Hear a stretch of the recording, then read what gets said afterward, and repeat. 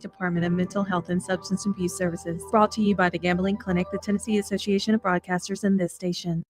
Your sports live here. WBUZ HD3 Laverne. We are the Game Nashville Sports Network. ESPN 94.9. The Fan.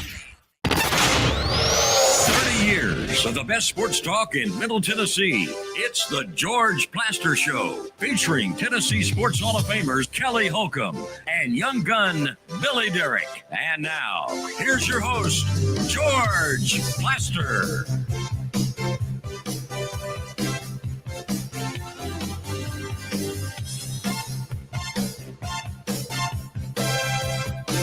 Hello again, everybody. Welcome in. Beautiful Friday in Nashville, Tennessee. We'll have an abbreviated show today because Vanderbilt women's basketball in their regional against Oregon will take over at exactly 4:12 p.m. I've got a TV on in my little rec room watching Vandy and St. Mary's right now. It's 16-13 Vandy at the dead ball. I don't know, around 11 minutes left in the first half. Billy Derrick is with me. Kelly Holcomb returns on Monday. Billy, there's nothing I've seen so far that makes me think Vandy can't hang in this game. No, I mean, it's been a good start. Grant Huffman, of all people, hit a step-back three for Vandy. When that goes in, that's a good sign for Vandy. They've gotten open looks. They've got 7 bench points already, and they just got to get the shots to fall. Tyler Nichols had 3 threes that have just barely rimmed out, have gone in and out. So they're getting good looks. They're playing good defense, and they look a lot different than they've looked the last 3 times out. So hopefully this continues. But Vandy up 18-3 with just under 7 minutes to play now. Okay, you may have something different. I've got 16-13. Well, they're about to score. Okay, well, then that'll be good news. Then you'll be a little bit ahead of me. So right off the bat, do you want to do a March Madness scoreboard update? Let's do it. It's brought to you by Kentucky and Gonzaga. This matchup coming up next basketball season, Friday, December the 5th at Bridgestone Arena. Tickets are close to a sellout right now, so if you want to hop in on the action and see some good basketball, log on to bridgestonearena.com or go to the Ticketmaster app and you can find tickets there. All right, we talked about Vandy, and they are now up. Oh, Edwards just hit a layup. Vandy's now up 20-13 with 6.5 to play in the first half there. So we've got some scores up now. Colorado State leads Memphis 71-61 with just under 3 minutes to play in that one. So the Tigers struggling a little bit against Colorado State. Duke is up big on Mount St. Mary's, as a lot of us expected. 54-28 at the half there. North Carolina and Ole Miss getting ready to tip off here in just a second. We've got some finals to report. Iowa State, a winner over Lipscomb, 82-55. Lipscomb was battling there early in the first half, but Iowa State just had way too much size. Some of the matchups that you saw in that game, Lipscomb just could not survive there. So the Bisons fall in their first tournament appearance under Lenny Acuff. Alabama takes down Robert Morris, but not without some stress and anxiety there. Robert Morris kept that one close. Felt like every time you checked, it was a 1 or 2 possession game, but Alabama ends up beating Robert Morris 90-81. Baylor, and a 9 seed, takes down Mississippi State 75-72. That was the first game of the day. It was a really good game. Baylor ends up getting that one, and the Bears will await likely Duke as they are blowing out Mount St. Mary's right now. And North Carolina, as I mentioned, just tipped off against Ole Miss. Grand Canyon in Maryland coming up, in Norfolk State in Florida at 5:50 starting the night session. So that's what we've got so far. Yeah, I would call it a mixed bag in the SEC. And when we get Mark Griffin on in a little while, we'll talk about it. First of all, I'm going to stick with what I've been saying for a while now. Alabama doesn't play a lick of defense. And while that may get them to the Sweet 16, I don't think it's going to get them any farther than that. And I don't understand. They've got great athletic ability, but they don't put the emphasis on the defensive end the way I would want to see them put it. Billy, they've got the ability to D up people, but they simply don't seem to care on that end. And I put that squarely on Nate Oates. That performance today isn't going to beat good people. No, and I mean, we'll see if Vandy pulls this off against St. Mary's. That's a game. Vandy, they've played Alabama before. They got run off the floor, but yeah, that Alabama effort, it's a lot like Auburn. They just play lackadaisical at times, and you look around going, how is this a 2-point game here?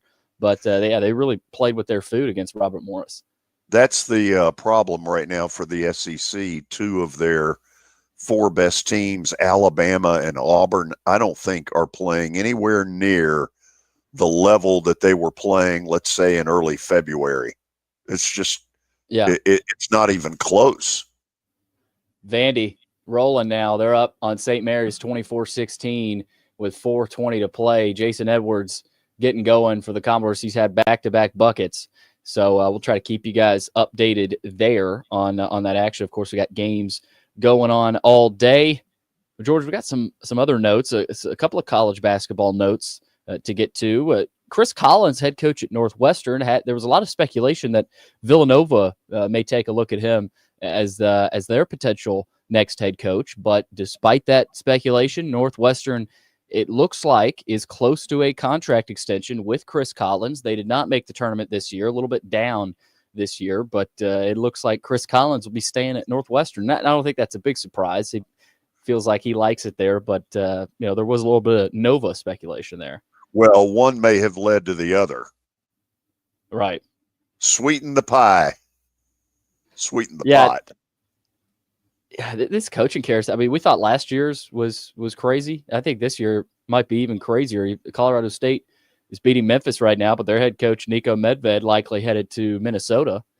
So, I mean, you've got coaches left and right here in the tournament. We talked about Will Wade yesterday, headed to NC State. So we'll see how this carousel shakes out. Got the scoreboard underway. So, again, we'll continue to keep you guys updated in baseball. Some baseball trading card news. Paul Skeens, his 2024 Topps autograph card sold for a stunning $1.1 million. It's a record paid for a Skeens card and the most expensive modern baseball card. The identity of this person is unknown who bought this, but that's a little over $1 million for a baseball card. So that's hard to believe. Well, he's not a relative of mine, which is too bad because I'd like to get in his will. That'd be nice. By the way, a couple of things. Why Nico Medved wants to go to Minnesota is beyond me.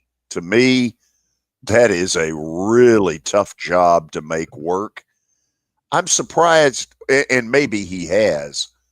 I'm surprised he hadn't talked to Richard Pitino about just how difficult that job is. Tubby Smith learned it years ago. You freeze your butt off there. It's I think it's a tough job. Yeah, I mean, you saw Richard Pitino. Even he could not really get it fully going there at Minnesota. I mean, and he didn't do a bad job, but just kind of flamed out a little bit. Now he's winning big at New Mexico. So yeah, that's an interesting job.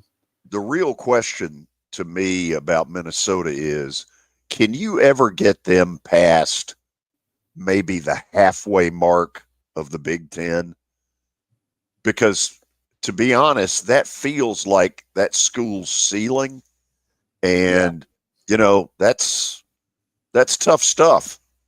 Yeah, that's a tough job, Minnesota. We've got some NFL news as well. Aaron Rodgers is visiting the Steelers training facility today and meeting with their coaching staff. So I guess he's out of the dark room.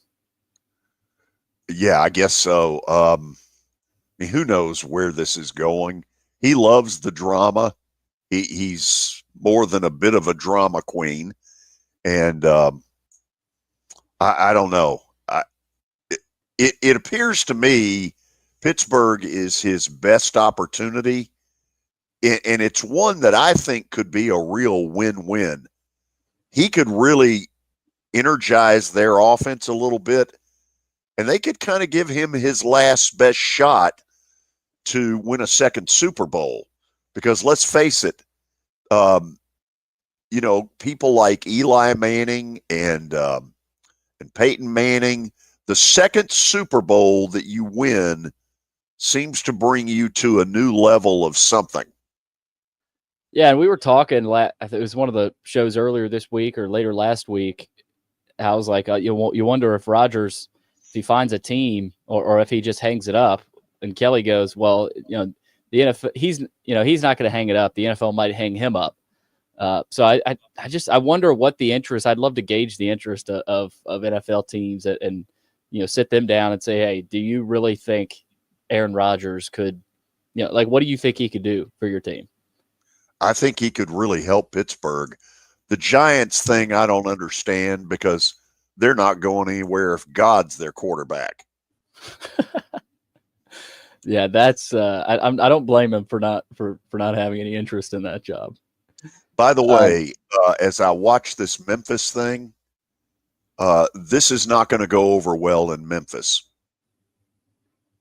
No, Colorado State. I mean, they were a favorite. They've been a favorite, all the way throughout, with these sports books, and that's a tough matchup. But I mean, he hasn't. When's the last time Penny Hardaway won in March? Has he won a tournament game? I have to look that up. Yeah, don't know. That's not going to go over well. Meanwhile, Ole Miss, they're not going to win today. No, Ole Miss might win today. They're up early on North Carolina, 11-2, just under 17 to play in the first half there. Chris Beard and company off to a hot start.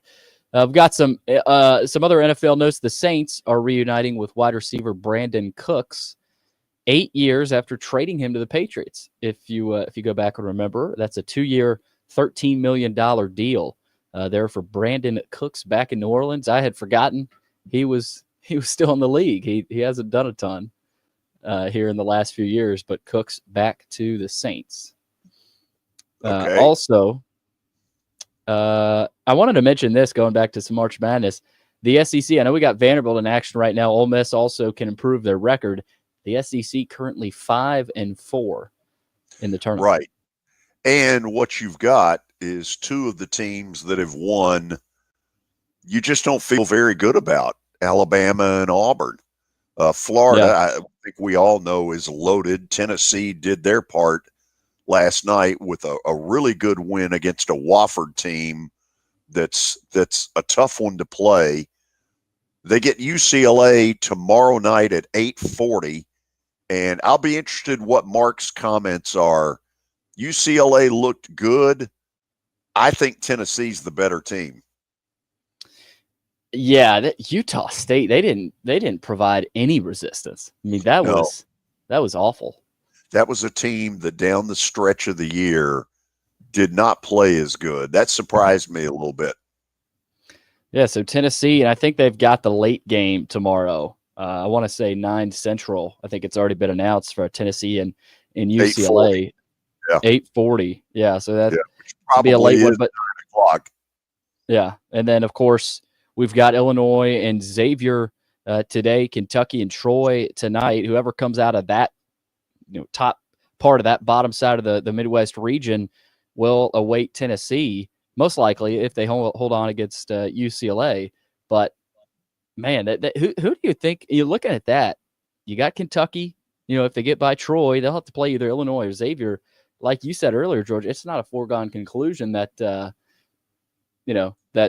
Kentucky gets out of that. No, the Kentucky that played in the SEC tournament, and I realize there's some injuries. Yeah, they got a 3 seed, but the real Kentucky right now, and I don't know who they're getting back or who they're not getting back. If it's the same unit that we saw here, they feel more like about an 8 seed. Yeah, and I mean, I've heard they're getting Lamont Butler back to what level? Who knows? And again, the recovery methods are a lot better now, but than they used to be. But I mean, we're seeing Cooper Flagg, who just rolled his ankle awfully bad, and now he's back out there for Duke. So you do wonder if Lamont Butler's out there, does Kentucky look different than they did, against Alabama last time out? Because you're right, that Alabama game, that Kentucky, they didn't even look. I mean, they looked like an 8-9 seed, like you said. Yeah. Yeah. What I saw, Alabama, which didn't play a lick of defense in the tournament, beat them by almost 30. We're watching, obviously, you can see us nodding our head if you're watching this. We're watching Vandy and St. Mary's. My early thoughts are that Vandy is doing a better job defensively than I thought they'd be able to. They're causing St. Mary's some problems. They are, and it's going to be tough. It's probably it'll still be a slowed down game, throughout.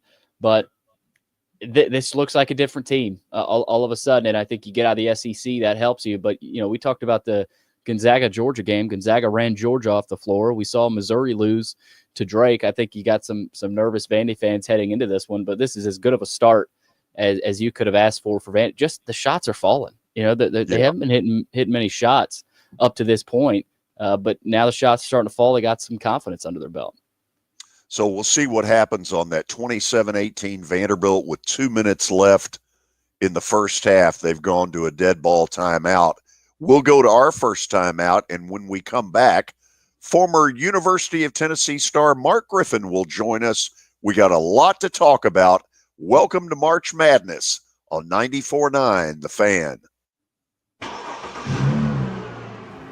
When I got my first car, my dad told me, keep the gas tank full and my number on speed dial. Now parents are telling their kids, save 615-242-9000 just in case. I'm Blair Durham. If you or someone you love is in a wreck, call us. We're here to get you the money you deserve.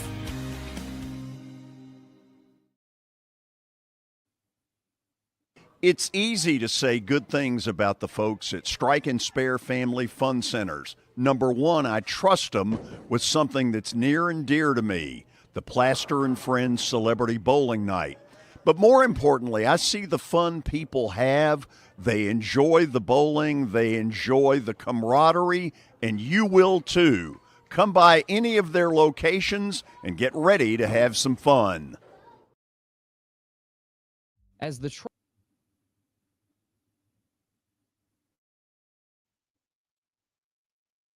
trusted premier custom home builder in Middle Tennessee, Donnelly Timmons has over 20 years of experience in the industry. Whether you're looking to build your dream home or renovate your current home, their team will ensure that every client and every remodel is unique, luxurious, and completed on time within budget. Founders Dustin Timmons and Joey Donnelly have over 25 years of construction experience in the Nashville area. Together, they have completed projects in Forest Hills, Oak Hill, Green Hills, Franklin, and Brentwood. Dustin and Joey believe that communication is the most important aspect of all construction projects. Therefore, they personally manage each project themselves and are involved in job site activities on a daily basis. Their commitment to quality and integrity has earned them an outstanding reputation among their clients. Contact them to set an appointment for a free consultation or to view some of their completed projects. Give them a call at 615-456-7983 or log on to DonnellyTimmons.com.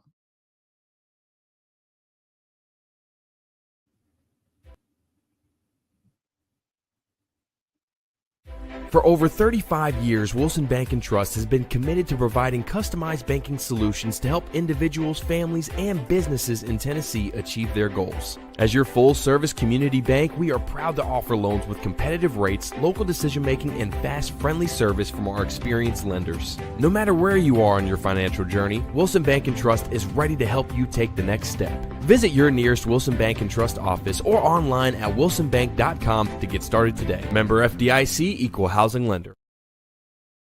Venture Express has been helping people in this area for more than 40 years. They're headquartered in Murfreesboro with over 30 years of dedicated fleets involving production, manufacturing, and corrugated experiences. They're an asset-based company with over 700 tractors, 4,000 trailers, and 800 drivers. If you need their help, dial them up 615-793-9500 or log on to ventureexpress.com. Trust office or online at wilsonbank.com to get started today. Member FDIC. Venture Express has been helping people in this area for more than 40 years. They're headquartered in Murfreesboro with over 30 years of dedicated fleets involving production, manufacturing, and corrugated experiences. They're an asset-based company with over 700 tractors, 4,000 trailers, and 800 drivers. If you need their help, dial them up 615-793-9500 or log on to ventureexpress.com. Ready to play hooky from work and watch some basketball? And you didn't think I'd make any money. Join us from 9 to 6 today at Boomba's Pizza and Watch Bar in Spring Hill at 2044 Crossings Boulevard. Watch some games and don't worry about work. The plant called and said if you don't come in tomorrow, don't bother coming in Monday. You might want to let your boss know first. Woohoo! 4-day weekend. Join us at Boomba's in Spring Hill. Eat, drink, watch. Your sports live here on 102.5 and 106.3 The Game and the Game Nashville Sports Network. It's the George Plaster Show. Your sports live here on 94.9 The Fan.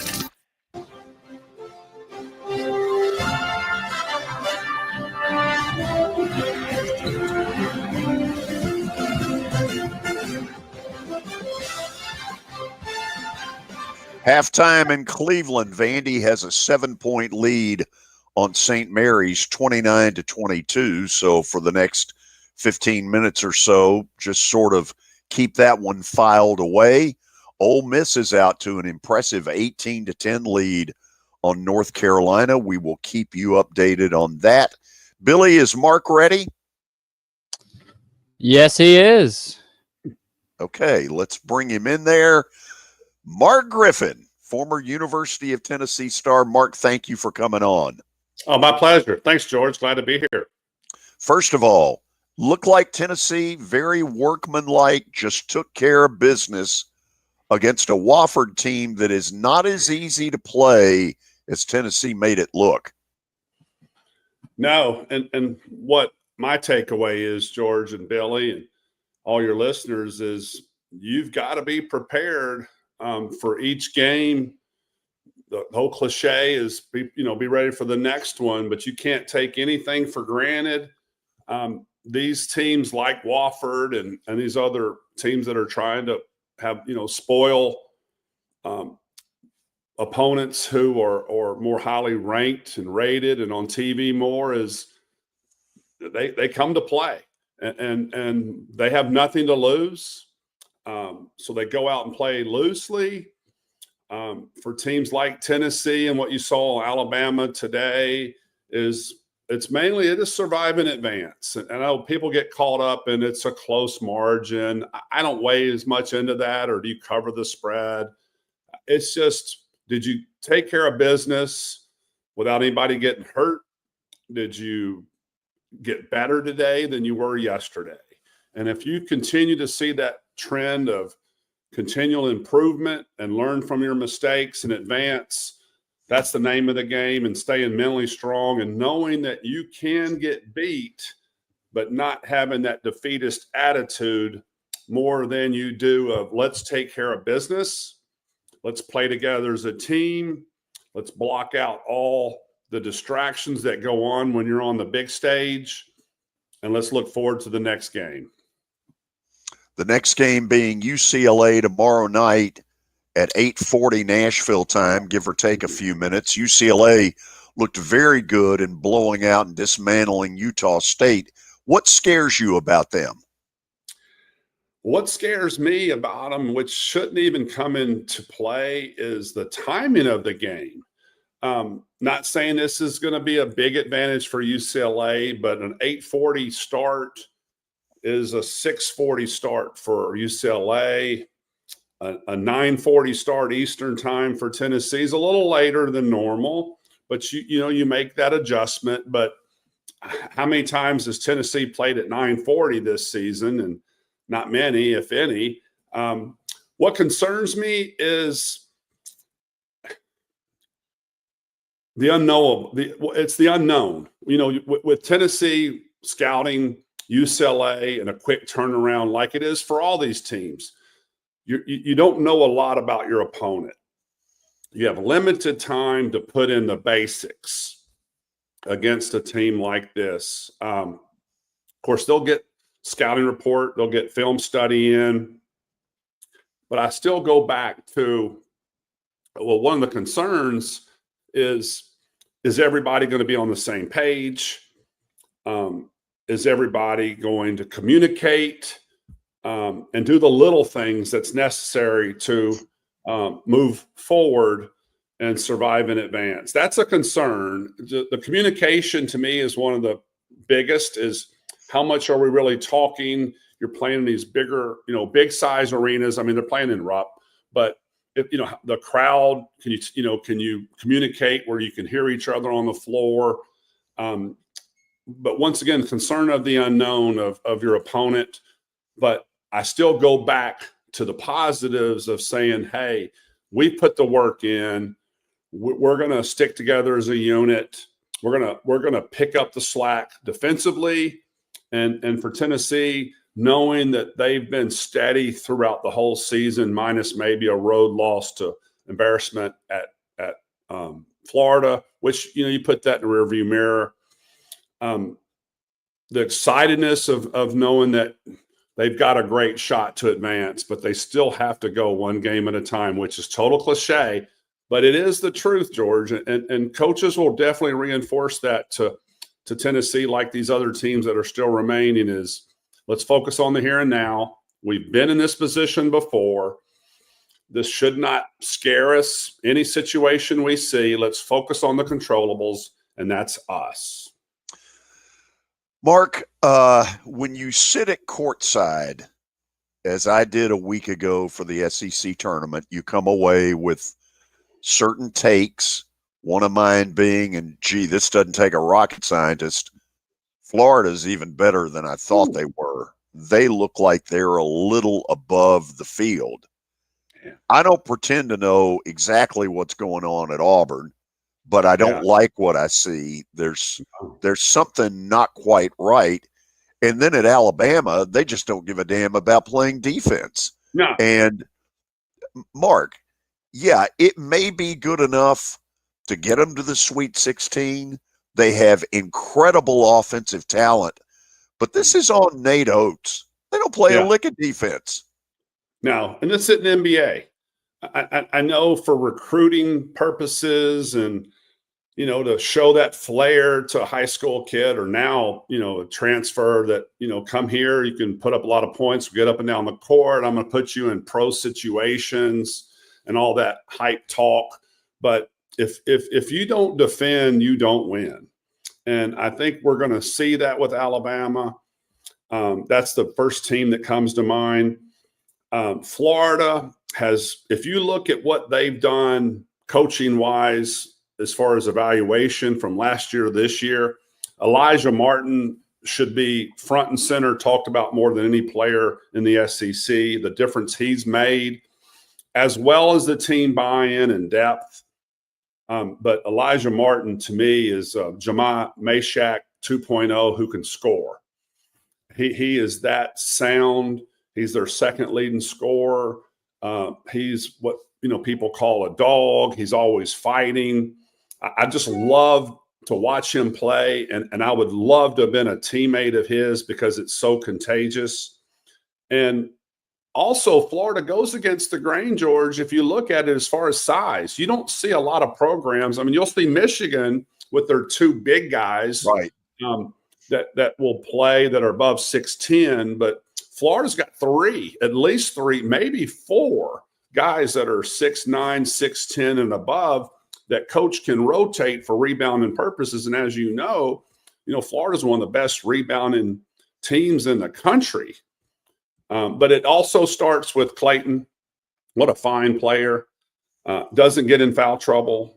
Just an outstanding player. And they've got other really good role players. And we weren't talking about Florida like we were at Auburn months ago. I was really big on Auburn, head and shoulders above everyone else. But something like you said, George, something's going on in the background. I don't know what it is. And Coach Pearl's going to be able to hide that.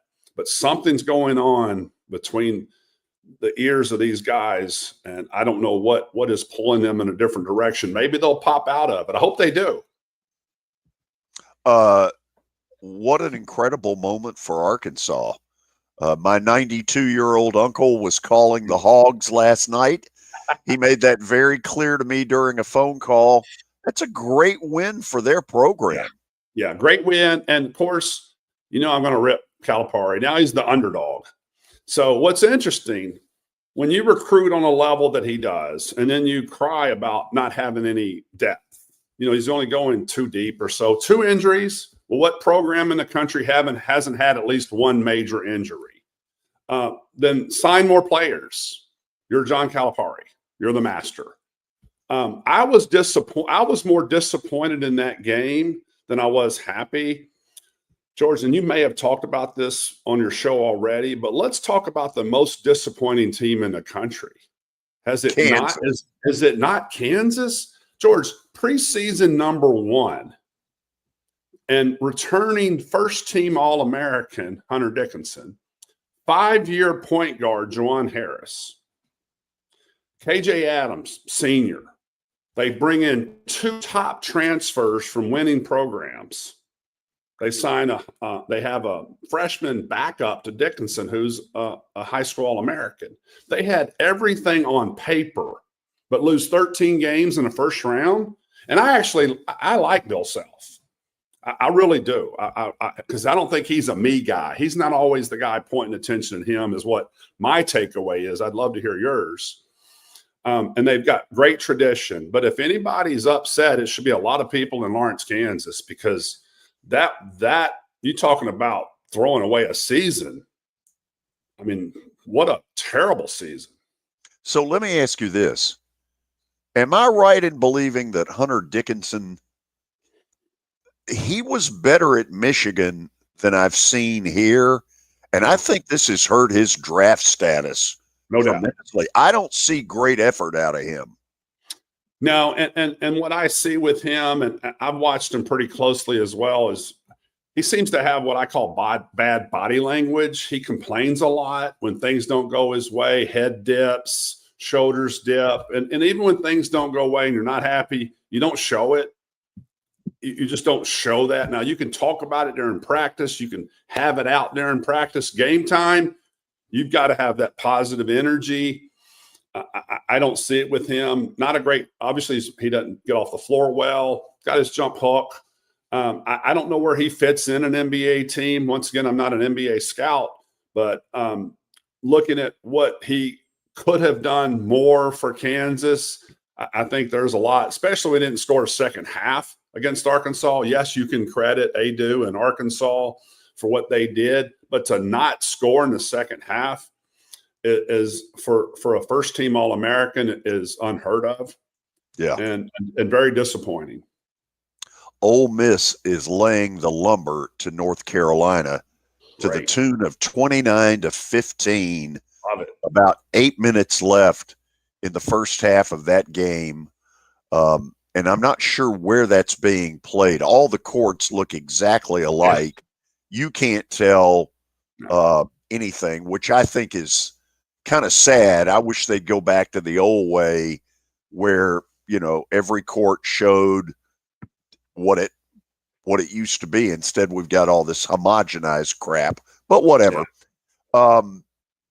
McNeese plays Purdue tomorrow, and Mark, I don't see any reason off of what I saw of Purdue yesterday, and Purdue opens as about a 7-point favorite. I'm not buying it.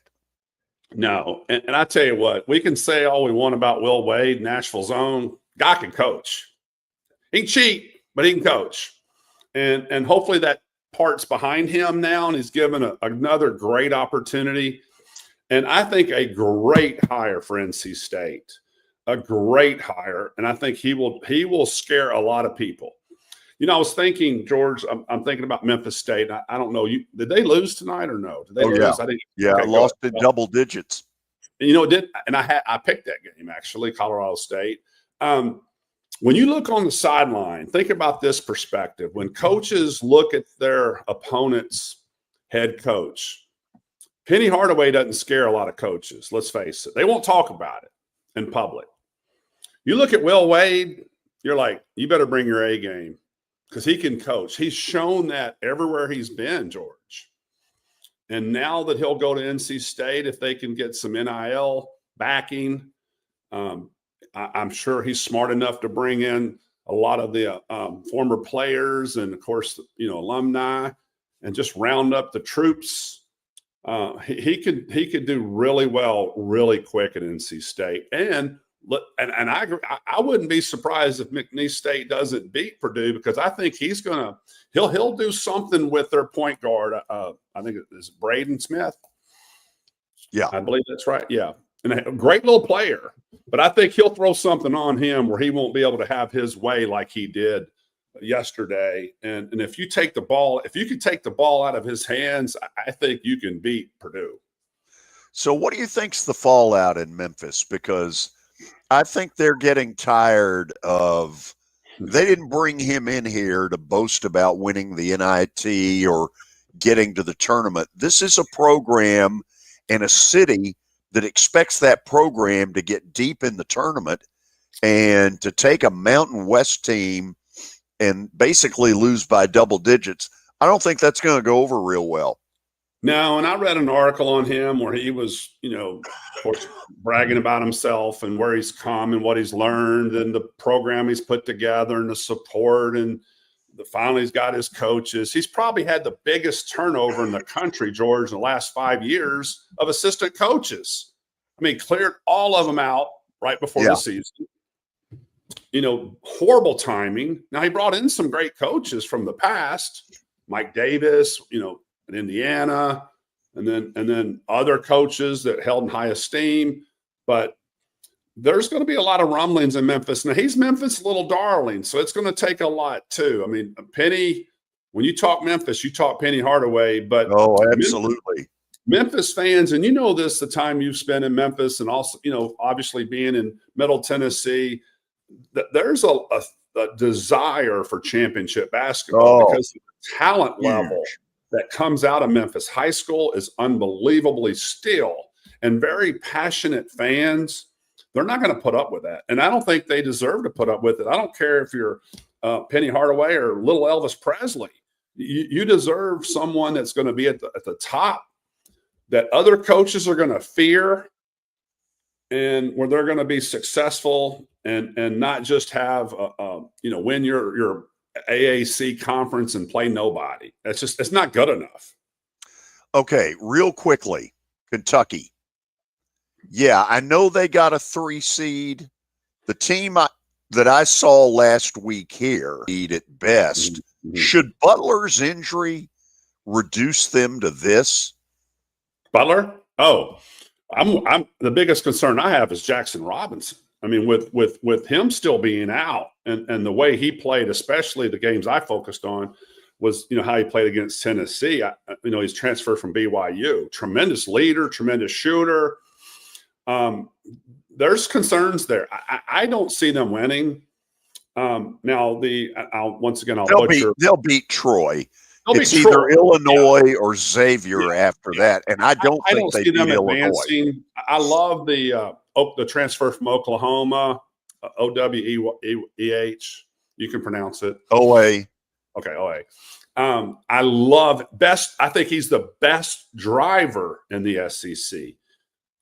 With him, guarding him, I'd let him pop a few threes, but he just seems to get by people. He's always going to the rim. Love his play. And I love how Mark Pope has them believing in each other. Their talent level drops when they go to the bench. Let's face it. And I know he'll huge. Yeah, huge. Without picking on certain individuals. But it's just what he's dealt with, and I know Pope's done the best that he could with what he's got. And he'll turn that around next year. But I don't see them. I picked Illinois. I think Illinois hit a mid-season slump for whatever reason. They've got 3 NBA prospects. These freshmen are now not freshmen, and I think Illinois lays the wood on Kentucky if they both advance. Okay, we'll go to the break. Billy will take over at that point. For those of you listening, an abbreviated show today will get Mark out at the top of the hour.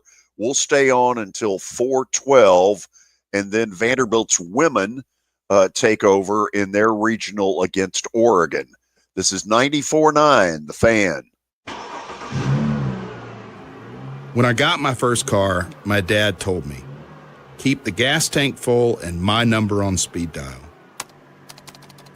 Now parents are telling their kids, save 615-242-9000 just in case. I'm Blair Durham. If you or someone you love is in a wreck, call us. We're here to get you the money you deserve.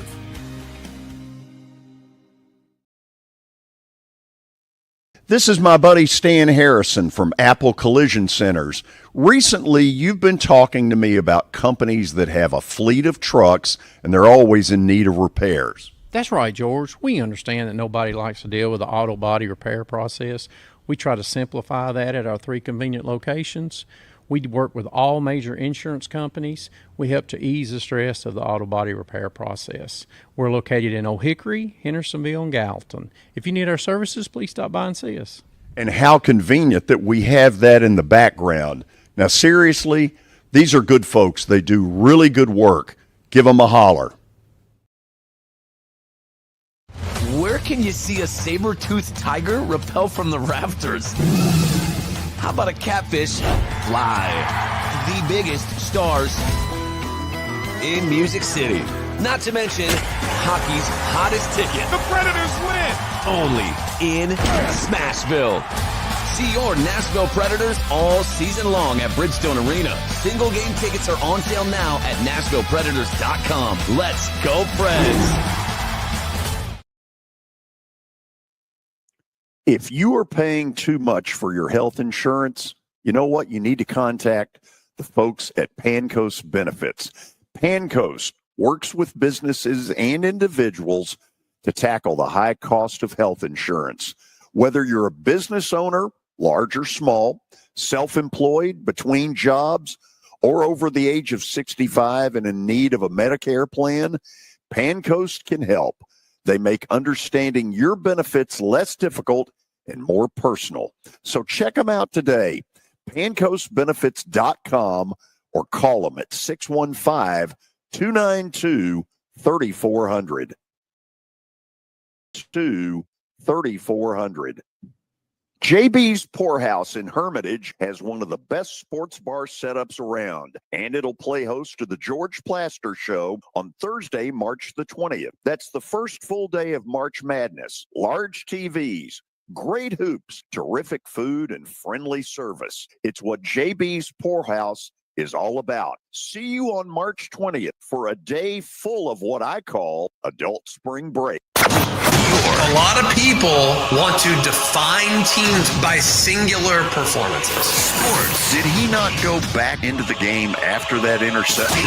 Let's get this turned around. And we're all saying, no, they don't. Here. You thought you were on your way. Your sports live here. On ESPN 94.9. And the Game Nashville Sports Network. It's the George Plaster Show. Your sports live here on 94.9 The Fan.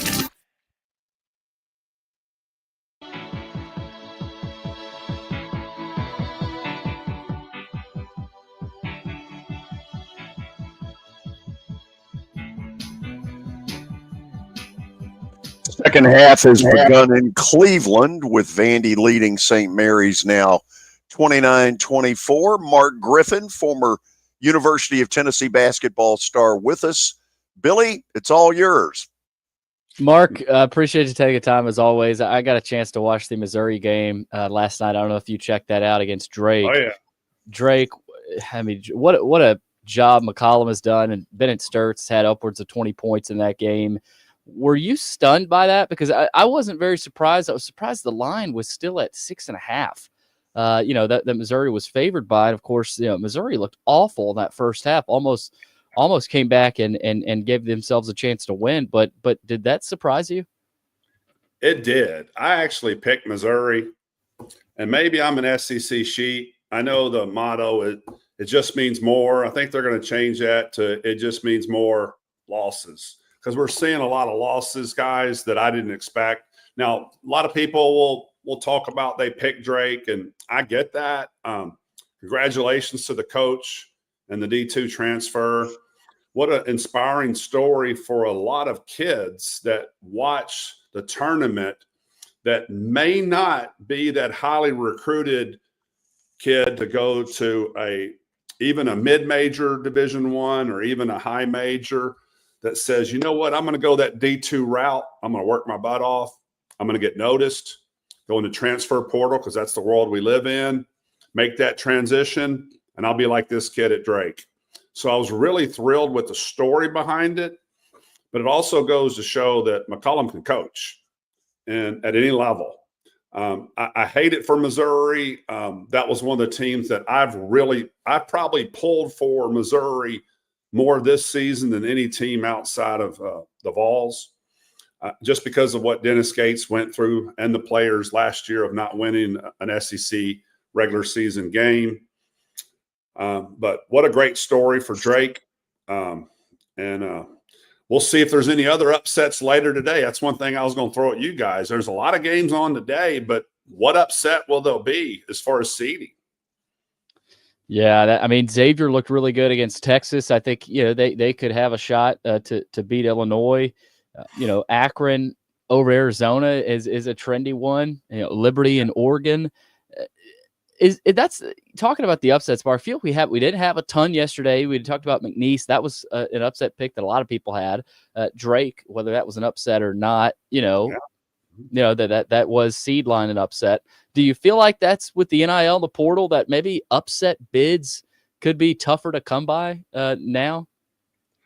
I think they will be tougher. I think I was evaluating this today when I was watching some of the teams play, and yesterday. Took off today. I've been doing this for 20 years, guys.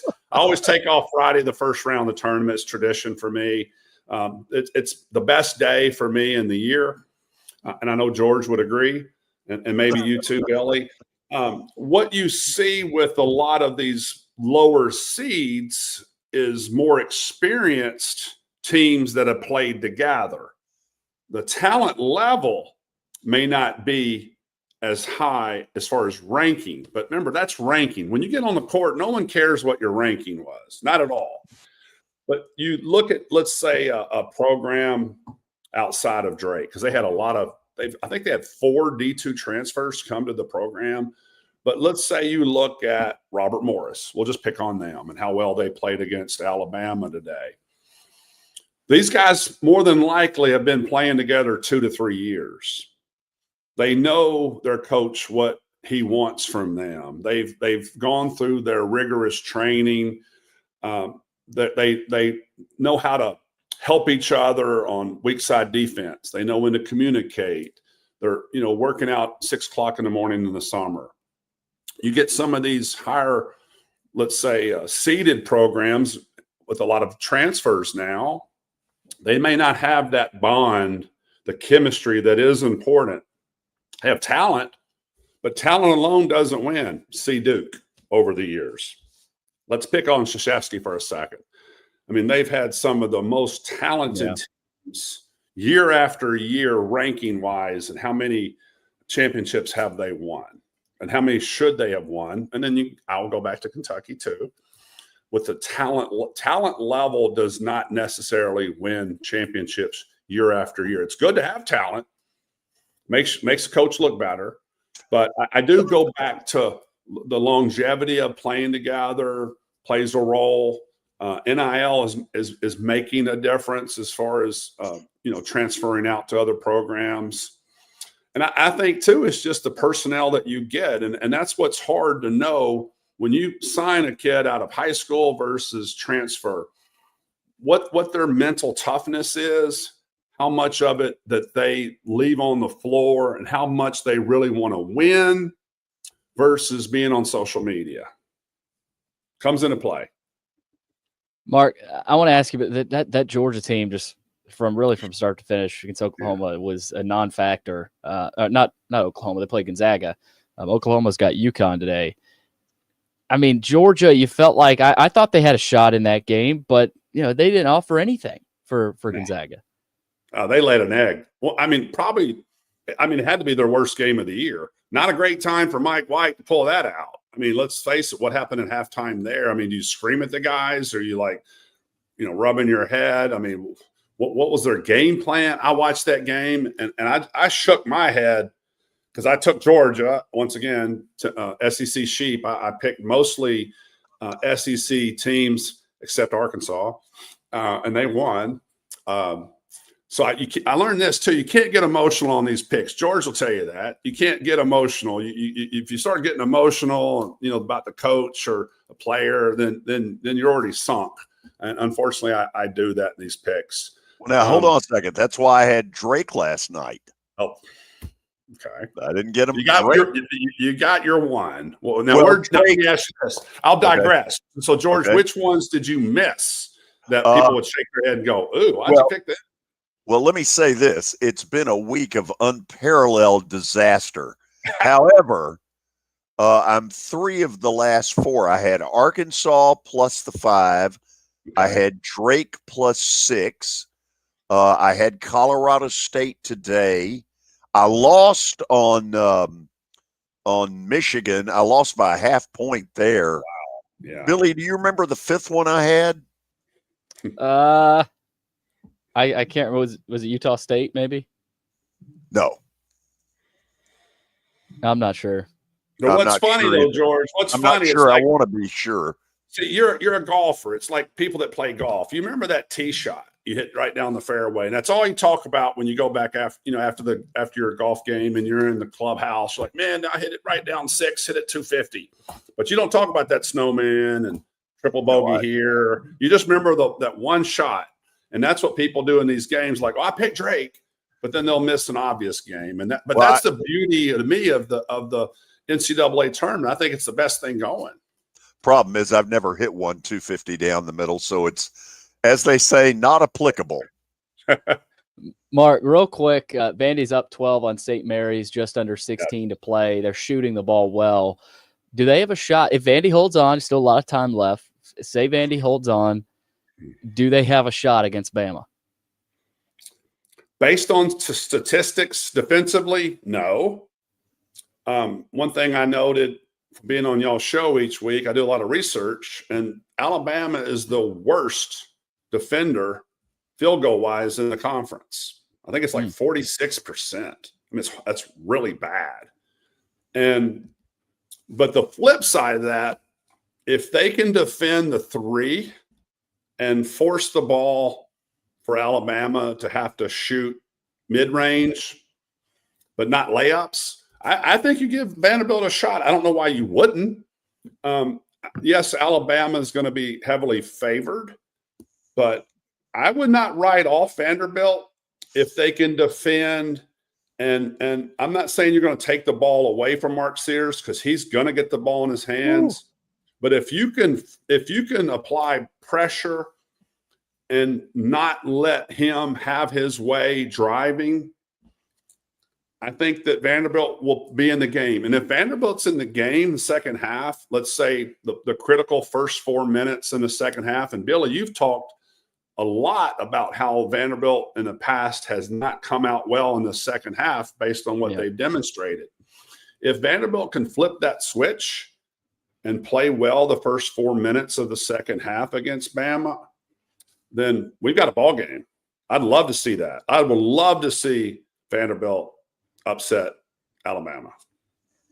By the way, Marcellonis has 4 fouls for St. Mary's right now, George. So that's not a recipe. Wow, does he really? I played against his dad. Let's just go back to old school. I know. Wow. Sharunas Marcellonis. You know, when I first saw him, Mark, I was like, damn, I feel old. I know. Isn't it crazy? Yeah. But, good for him. I mean, it seems like he's played at St. Mary's for 10 years, but I was never big on St. Mary's. I don't believe in the conference. Randy Bennett is, I think, a big crybaby coach. They don't play anybody outside the conference, but yet they're demanding respect. Well, if you want respect, go out and play somebody. And I picked Vanderbilt in this game. I'll be really glad to see them. I was a little surprised how well Gonzaga played, though, and good for them. It shouldn't be surprising. Maybe they've underperformed earlier in the season, but right now is where it matters. And Gonzaga's got a lot of talent, too. And one more. Let's talk about this. We're going to talk about Creighton. Go. You got about a minute. Creighton, I think, could be an upset.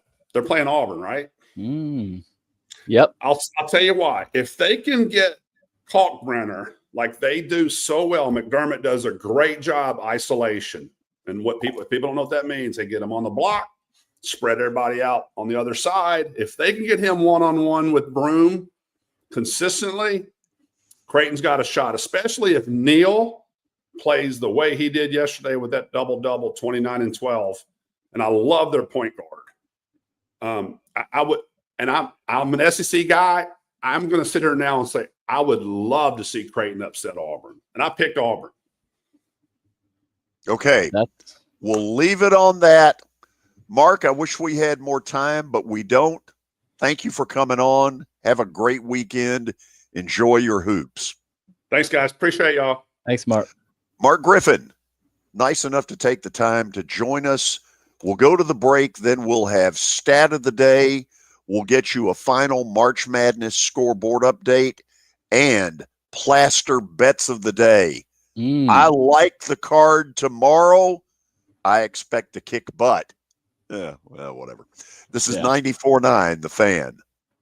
Hey, Vandy fans, it's Jake Lyman. It's time to dance. Vanderbilt women's basketball starts its March Madness run on Friday afternoon, taking on Oregon from Cameron Indoor in Durham, North Carolina.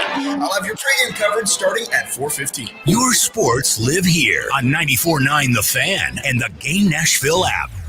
It's Family Leisure's Factory Direct Sale. Which factory? From where? Family Leisure has truckloads of new model merchandise from all their factories arriving daily. Really? Like what? Well, spas for one. All the new model spas are here and on sale from Artesian, Catalina, and American Select Spas, as low as $29.99. Okay. Family Leisure is getting all their new patio furniture styles. Canamint, Tropitone, and Woodard are on sale. And there are still a lot of floor models left to sell at ridiculous prices. The guaranteed largest selection and lowest prices in the Mid-South. Now, that's interesting. Family Leisure has factory direct pricing on pools. 24-foot pools starting as low as $29.99 installed. And solid wood slate pool tables are only $19.99 as well. That means the grills, smokers, and grill islands are on sale too. Of course. Family Leisure even has the huge Diamond Point Play system for only $24.99 installed. Even the massage chairs, theater seating are on sale. That's right. That's Family Leisure's factory direct sale going on now. Both locations, Antioch and Franklin. The International Brotherhood of Electrical Workers, Local 429, has a path to a dignified career. Are you a skilled electrician or lineman? Tired of dead-end, low-paying jobs? Local 429 is accepting applications for highly skilled electricians and linemen and is providing the best training in Middle Tennessee. They are the International Brotherhood of Electrical Workers, Local 429. Call them at 615-889-4429 or go online to ibew429.org. IBEW Local 429, the best training and training the best. If you are paying too much for your health insurance, you know what? You need to contact the folks at Pancoast Benefits. Pancoast works with businesses and individuals to tackle the high cost of health insurance. Whether you're a business owner, large or small, self-employed, between jobs, or over the age of 65 and in need of a Medicare plan, Pancoast can help. They make understanding your benefits less difficult and more personal. So check them out today, pancoastbenefits.com, or call them at 615-292-3400. Your sports live here. WBUZ HD3 Laverne. All around the world on the Game Nashville app. We are the Game Nashville Sports Network. ESPN 94.9 The Fan. A Cromwell media station. It's the George Plaster Show. Your sports live here on 94.9 The Fan.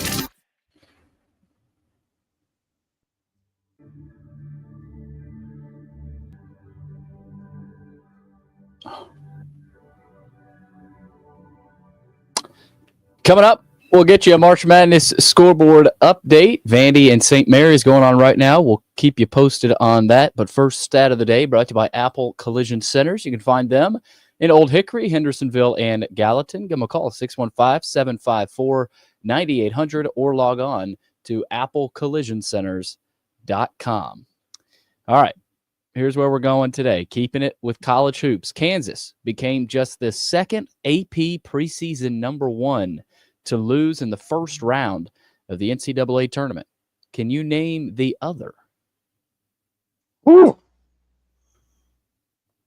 Is just the second all-time? Yes, since the inception of the AP poll. So, I mean, I'm going to try to pull one out of my rear end. North Carolina. Okay. It is Kansas. In 2005, wow. They lost to Bucknell. Goodness gracious. Can you imagine Bucknell? That's crazy. Bucknell pulled off another big upset, didn't they? Well, the Ivy Leagues, now Yale didn't win last night, but that Yale thing is for real. That's a pretty good team that they have assembled there. That is not some chopped liver deal. It's a pretty darn good win for A&M. You know, look, the way you have to look at it with all of these teams, for instance, let's just say Vandy for a minute. Vandy's sitting there up 8 right now at the 14-minute mark. They are trying to become one of the last 32 teams that's eligible to win a national title. And when you think of the stench that was left behind when they got rid of Jerry Stackhouse, to maybe have a chance to say that is pretty amazing. I'm not saying it's necessarily going to happen because this game's far from over. But for all of these teams, you know, you win the opener, you're one of the last 32 teams in the country that has a chance. Yeah. I mean, that's kind of the way I think you gotta view it. It is pretty incredible. I mean, for them to just be in is almost an act of God. And now they're, you know, looking good against St. Mary's. A lot of game left though. Saxon starting to impose his will a little bit, and that'll lead us into another March Madness scoreboard update. It's brought to you by Kentucky and Gonzaga. This matchup coming up next basketball season at Bridgestone Arena. Tickets going quick. They went quick. They went real quick. There's not a ton left. If you want to get in on that action, you can log on to bridgestonearena.com or check out the Ticketmaster app on your mobile phone, Ticketmaster online as well if you want tickets. All right, let's take a look at the scoreboard. Talked about Vandy and St. Mary's all show long. Commodores still lead 39-33, just under 13 minutes to play. Grant Huffman at the free throw line right now trying to extend that lead, and he does. So 40-33, Vandy leads St. Mary's. Duke all over Mount St. Mary's, 89-46, just under 3 minutes to play there. A healthy Cooper Flagg has had the Blue Devils rolling in that one. At the half in Milwaukee, Ole Miss leads North Carolina. Huge, 44-26. So much for North Carolina deserved to be in. This SEC bunch with the Rebels is putting it on the Tar Heels big time at the half. Maryland leads Grand Canyon early in that one, 11-7. Just under 12 minutes to play in the first half there. We do have some finals to get to. Colorado State, a winner over Memphis, 78-70, sending Penny Hardaway packing. Iowa State takes down Lipscomb, 82-55. Alabama over Robert Morris, despite some stress and anxiety in there in Cleveland, 90-81 win for the Tide. Baylor takes down Mississippi State in the game of the day, really so far, 75-72. And we've got a little bit more action all of a sudden now in Vandy St. Mary's. Vandy up now 42-36, just under 12 to play. Yeah, St. Mary's appears to have found a little bit of a second wind. You knew they would make a run. This is a team that has been pretty darn good all year, won their conference in the regular season, beat Gonzaga twice. So, you know, the thought that they're just going to roll over here in Cleveland. Not going to happen. But we'll just see what goes on with that. I'm really interested, and I guess I love the fact that Ole Miss has D'd up on North Carolina. This is one of the, at least so far, one of the games that makes you say, okay, maybe the SEC was that good, because there have been some other performances that haven't had you feeling that way. Drake pretty much wire to wire on Missouri. Georgia got absolutely pummeled. Repeat after me, pummeled. Okay. That was bad. That was I mean, what was it? 'Cause we were at the poorhouse, checked out one of the TVs. That game was on 23-3, like 8 minutes into the game. Yeah, it was no contest. It was A little over bit like that just SIUE after. game. It was, oh gosh, don't get me started on that one. Okay, we want to go. Where's the ripping Mount St. Mary's, though? This is pretty bad, too. What is their conference? I don't even know. I don't know either. Is it the Colonial? I don't think it's a. No, I don't think it's that. Anyway, let's get to the good news. Yes. Yeah. Plaster bet of the day. Go. Brought to you by Bart Durham Injury Law. Had some more wins last night. Did Plaz? We'll take a look. Oh yeah, we're feeling pretty good. We'll take a look at what happened last night. Louisville -2.5 didn't work out, of course. That was the day before. Okay, so you only had 3? 3 last night, but I got 2 today, and I don't remember. I don't remember what the second one was. Arkansas +5 worked out. Feel good about that. We're calling the Hogs. Drake, UCSD, man, that 3 really close. Just hit the back rim there. I thought they were gonna pull that off for a second. So got a few wins under the belt. Colorado State today is one of the 5 from a day ago. I don't remember. Dadgummit, I don't remember the other one, which is a tad bit embarrassing. Anyway, let's get to the business at hand. I feel good that I'm about to give you some winners. Good for Xavier that they beat Texas, and they apparently have forced a coaching change down there. Illinois, to me, has been an underachiever, but they got a chance to sort of write a new narrative. As Mark said, they're really talented. They're better than Xavier. They ought to win this game. Yeah. So I'm going with the Illini minus only 3. They can when they shoot the ball well, they're really hard to beat, but they'll go cold on you every now and then. Okay, tomorrow, and this is where I'm going with most of these. I just didn't come away with enough about Purdue to believe that they're just going to trample on McNeese.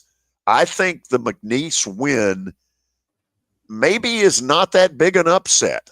Maybe they are that good, because the final score is not indicative of the way they manhandled Clemson. They ripped them to pieces. Move on. Moving on. I'm going A&M, and this will be a tight one against Michigan. I have undersold Michigan all along, and I may not be giving the devil his due when it comes to the Wolverines, but I like A&M. I like their defensive intensity. I think they're going to find a way to win. I don't love that one. We'll see. Billy, as I've said to you before, I can't worry about what you think, because in the end, only my name goes on these. I'm taking Drake because I don't think what happened last night is an upset. Drake is that good. Drake is intelligent. Drake is smart, and combined with good athletic ability, they're a tough out. Texas Tech's going to have to fight to get through that. And by the way, St. Mary's has fought their way back within 2, and Vandy really for the first time today struggling. Looks like they're half court. They're not getting much done. And that's concerning. They've kind of left it to Jason Edwards, who just threw up an air ball. Anyway, I'm taking Drake. What else have I got? BYU. This is me saying that BYU is better than Wisconsin. I am really impressed with BYU. I think they are one of the most underrated teams in the country. And BYU is going to find a way to win this game. And last but not least, we're going Big Orange tomorrow. Why? I think they're much tougher on the defensive end than UCLA. I see too much floating by UCLA. One game, they're really good. Next game, not so much so. You don't know what you're getting. By the way, you don't know what you're getting right now with Vandy. All of a sudden, their offense has kind of fallen apart. And as we approach 9 minutes to play, their double-digit lead is down to 2. Man, this is a slugfest of a game. Yeah. But you kind of knew it would be. This wasn't ever going to be an 84-82. What's changed a little is that St. Mary's has been able to attack the glass in the last few minutes. Yeah, they're on a 13-3 run since Marcellona's fouled out. So that has somehow helped them. Vandy's also got an interesting lineup out there right now. They've got Tanner. They went small big time. They're bringing in Hogard now and some size with McLaughlin. So we'll see what the subs do. Billy, have a good weekend. Enjoy your hoops. George, you too. Take it easy. We'll see all of you Monday on 94.9 The Fan.